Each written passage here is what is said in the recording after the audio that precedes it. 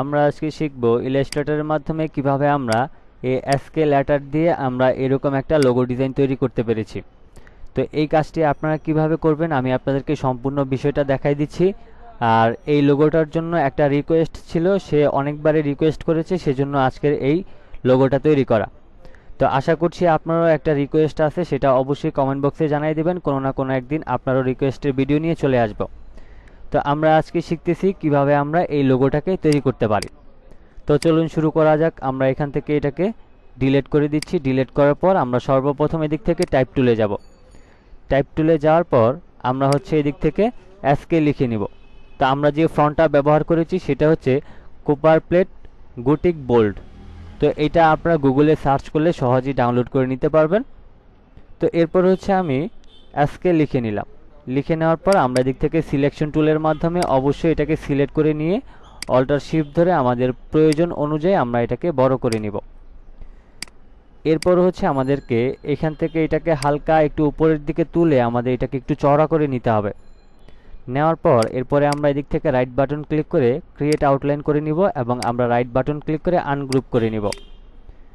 নেওয়ার পর এখন হচ্ছে আমাদের এই যে এখানে যে অ্যাসটা আছে এটাকে আমরা এদিক থেকে লেফট রাইট যে অ্যারো কি আছে সেটা দিয়ে আমরা এটাকে চাপায় নিব। তো আমরা এখান থেকে এটাকে চাপায় নিলাম। এরপর হচ্ছে আমাদের সর্বপ্রথম যে কাজটা করতে হবে, আমরা এদিকে যে রাউন্ড যে সার্কেলটা দিয়েছি এই রাউন্ড সার্কেলটা তৈরি করব। তো এটার জন্য হচ্ছে আমরা যে কাজটা করব, আমরা এদিক থেকে রাইট বাটন ক্লিক করে আমরা এদিক থেকে ইলিপস টুলে যাব। যাওয়ার পর আমরা হচ্ছে অল্টার শিফট ধরে আমরা একটা বড় বৃত্ত নিয়ে নিচ্ছি। তো আমরা ঠিক এরকম একটা বৃত্ত নিয়ে নিব। আপনি চাইলে এটাকে আরো বড় ছোট করে নিতে পারেন। আমি এতটুকু রেখে আমি এখান থেকে রেড কালার করে দিচ্ছি। এরপরে হচ্ছে আমরা এটাকে আরেকটা কপি করে নিব। আমরা এডিটে যাব, এডিট থেকে কপি, এডিট, আবারও এডিটে, দেন পেস্ট ইন ফ্রন্ট। তো এরপরে হচ্ছে আমরা অল্টার শিফট ধরে আমরা এটাকে একটু বড় করে নিয়ে আমরা এটাকে স্টক কালার করে দিব।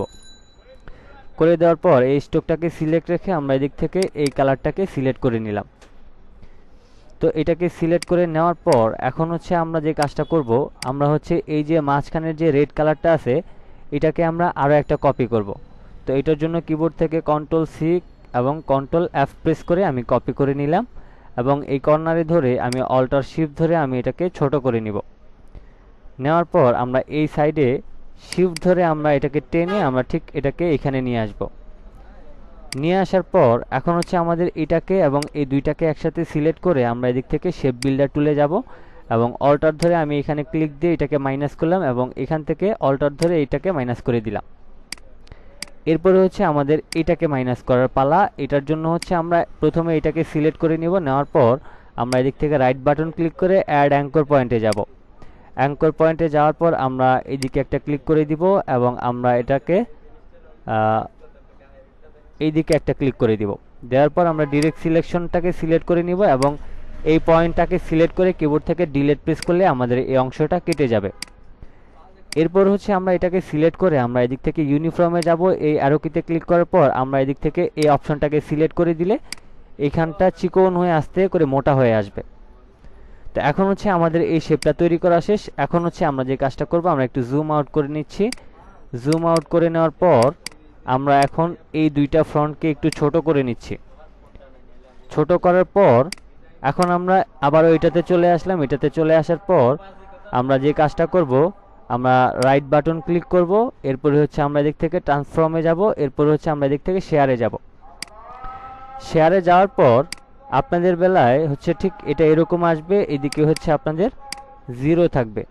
আপনারা এদিক থেকে প্রথমে প্রিভিউর উপরে ক্লিক করে দিবেন এবং এদিক থেকে হচ্ছে -15 করে দিয়ে দেন এদিক থেকে ওকে করে দিবেন। ওকে করে দিলে আমাদের এই শেপটা কিন্তু একটু রাউন্ড হয়ে যাবে। এরপর হচ্ছে আমরা এই দুইটাকে একসাথে সিলেক্ট করে আমরা এটাকে এখন উপরে নিয়ে যাব। তো উপরে নিয়ে যাওয়ার পর এটা হচ্ছে আমরা আমাদের পজিশন মতো বসায় নেব। তো এখন হচ্ছে আমরা একটু জুম করে নিচ্ছি। জুম করার পর আমরা এই দুইটাকে একসাথে সিলেক্ট করে আমরা আরেকটু এদিকে নিয়ে আসতেছি যাতে আমাদের এটা দেখতে সুন্দর হয়। তো আমরা এটাকে ঠিক এরকমভাবে সিলেক্ট করে নিলাম। নেওয়ার পর এখন হচ্ছে আমাদের এই যে লাইনটা আছে এটাকে আমরা অবজেক্ট থেকে এক্সপান্ড করে নিব।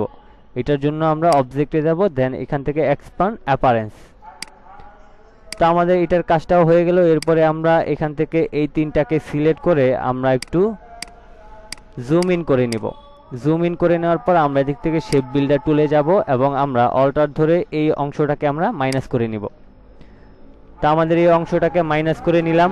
এখন হচ্ছে আমাদেরকে যে কাজটা করতে হবে, আমাদেরকে হচ্ছে এইটাকে এবং এইটাকে একসাথে ধরে আমরা উইন্ডোতে যাব। উইন্ডো থেকে আমরা এখান থেকে পাথফাইন্ডারে যাব।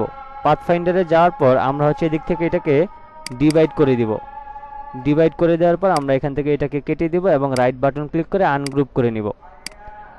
আনগ্রুপ করে নেওয়ার পর এরপর হচ্ছে আমরা যে কাজটা করব, আমাদের এখানে যে কেটা আছে এটাকে আমরা হালকা একটু সরাই নিব এবং এদিক থেকে এটাকেও আমরা হালকা একটু সরাই নিব। তাইলে এদিকে আমাদের একটা গ্যাপ তৈরি হয়ে যাবে। এরপরে হচ্ছে আমাদের এখানে কিন্তু এখনো কাজ শেষ হয়ে যায়নি, আমাদের এদিকে এখনো অনেক কাজ আছে। যেমন আমরা এটাকে সিলেক্ট করলাম এবং এদিক থেকে এই কালারটা দিয়ে দিলাম।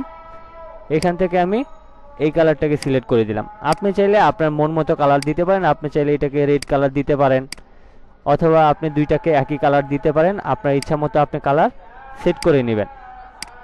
তো এরপর হচ্ছে দেখেন আমরা এখানে যদি সিলেক্ট করি, দেখেন এই অংশটা কিন্তু আমাদের আলাদা হয়ে গেছে। এখন এটাকে আমাদের অ্যাডজাস্ট করার জন্য আমরা একটু জুম করে নিচ্ছি। আমরা প্রথমে এটাকে সিলেক্ট করে নিলাম, এরপরে এটাকে, এরপরে হচ্ছে এটাকে, এরপরে এটাকে। এখন আমরা এদিক থেকে শেপ বিল্ডার টুলে যাব। যাওয়ার পর আমরা এটাকে সিলেক্ট করে আমরা মাউসের লেফট বাটন ধরে জাস্ট এখানে ক্লিক করলে আমাদের এটা একত্রিত হয়ে যাবে। তা আমরা এখন কিন্তু পুরোটাকে একত্রিত করে ফেলেছি। এখন হচ্ছে আমরা এই অংশটাকে সিলেক্ট করে আমরা এদিক থেকে এই কালারটাকে দিয়ে দিলাম। তো এখন দেখেন আমাদের সহজেই কিন্তু এসকে দিয়ে আমরা একটা সহজেই ডিজাইন তৈরি করে ফেললাম। তো আশা করছি আপনাদেরকে এই বিষয়টা ক্লিয়ার করতে পেরেছি। আমার ভিডিওটি ভালো লেগে থাকলে অবশ্যই ভিডিওতে একটি লাইক দিয়ে দিবেন এবং নিয়মিত গ্রাফিক ডিজাইন শেখার জন্য অবশ্যই এই চ্যানেলটিকে সাবস্ক্রাইব করে পাশে থাকবেন। সবাই ভালো থাকবেন, সুস্থ থাকবেন। আল্লাহ হাফেজ।